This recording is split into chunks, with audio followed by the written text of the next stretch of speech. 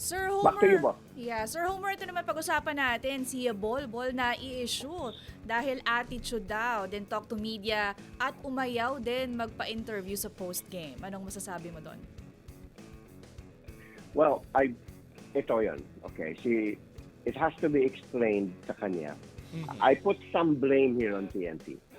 When Okay. you make that contract, when you make that contract, it's a big contract. You should have already told Bol and his representation na part sa contract natin is media availability.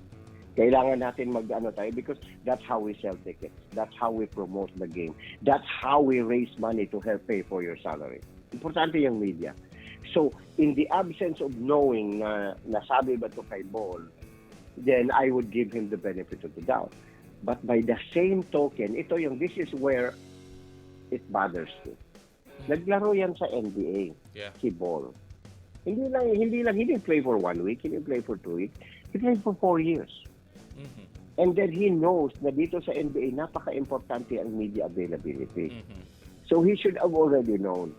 So, Shot Reyes was in my show 2 weeks ago, and I asked him na sa scouting report namin, when I did my due diligence about Bol na ma-hire na siya ng TNT, I discovered among the NBA community na may attitude problem. So tinanong ko si Coach Shot sa show, sabi ko, may attitude problem. Sabi niya, alam na namin yan.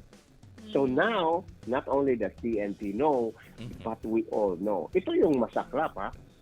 May teammate daw si Bol Bol na itago lang natin sa pangalan na allegedly Poyera. Lumapit daw kay Bol Bol, ha? Lumapit daw kay Bol Bol, nagpapirma ng mga items para daw allegedly for a loved one. Hindi daw pinagbigyan ni Bol. Teammate mo yan, ha? That's the guy in the same locker room as you are. I hope it's not true. But if it is true, kung may suntukan dyan, kung ako si Poy Eram, would you be inclined to defend Bol? Di ba? Sabihin mo, hindi naman ito talaga. So, it's just, again, this is important also. Interviews are not for everybody. Some players, kung makita mo, tingnan mo yung press room, post-game press conference sa PBA, pinanood ko yan. And then I noticed na pag, coach or import or yung mga player ng Ateneo galing ganito, ang interview is English. Nag-i-English yung moderator. Pero kung makita na yung isang player na, he has not opened the dictionary in 20 years, so Tagalog ang ini-interview. And that's not the player's fault. Hindi fault ng player yan because that's not his job. So it is up to the team to also explain to them na importante ito. Talagang gagawin natin to. And like for instance, bigyan kita ng example, when Dwight Howard was in the US, in the Philippines for the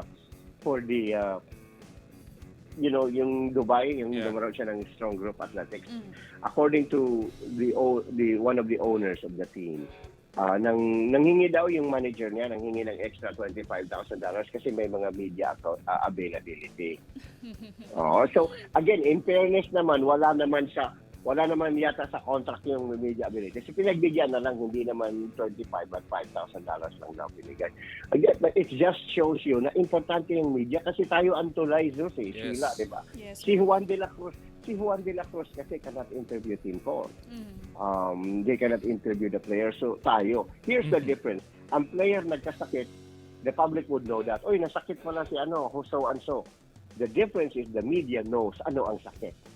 That's how important media is in the grand scheme of things. At the end of the day, business ang PBA. Diba? It's a business and Bol has to cooperate, kumbaga. Kasi importante naman sa kanya. Ako, I have no qualms with that. If you want to be I was gonna say blank hole. If you want to be a dick, it's okay. Kasi personal space mo yan. May mga stories kasi na may nagpa-picture daw ganito. Kung ayaw niya, that's fine. That's your prerogative, di ba? Pero, sa media talaga, kailangan mong kausapin. Kasi tingnan mo yung mga sikat na mga players. I have the good fortune of having interviewed Kobe Bryant, LeBron James, Larry Bird, Magic Johnson. Maliit lang ako, who am I? But these players talk to me. Kobe spoke to me in an interview, one-on-one. Diba? It's because Kobe Bryant understood na importante ang media. Diba? Si Bol pa kaya? So Bol has to understand that na importante ang media. Hindi naman, tulay ito eh. It's so important to the fans and all that stuff. And again, I don't think na may kukuhang maraming endorsers. Tingnan mo si Dwight Ramos. Is there a reason why maraming endorsement si Dwight Ramos?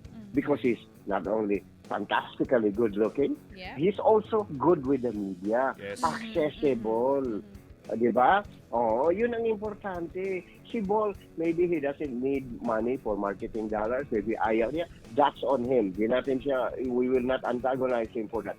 But in so far as media availability, kailangan mo kausapin ng media tools. Right, Sheila?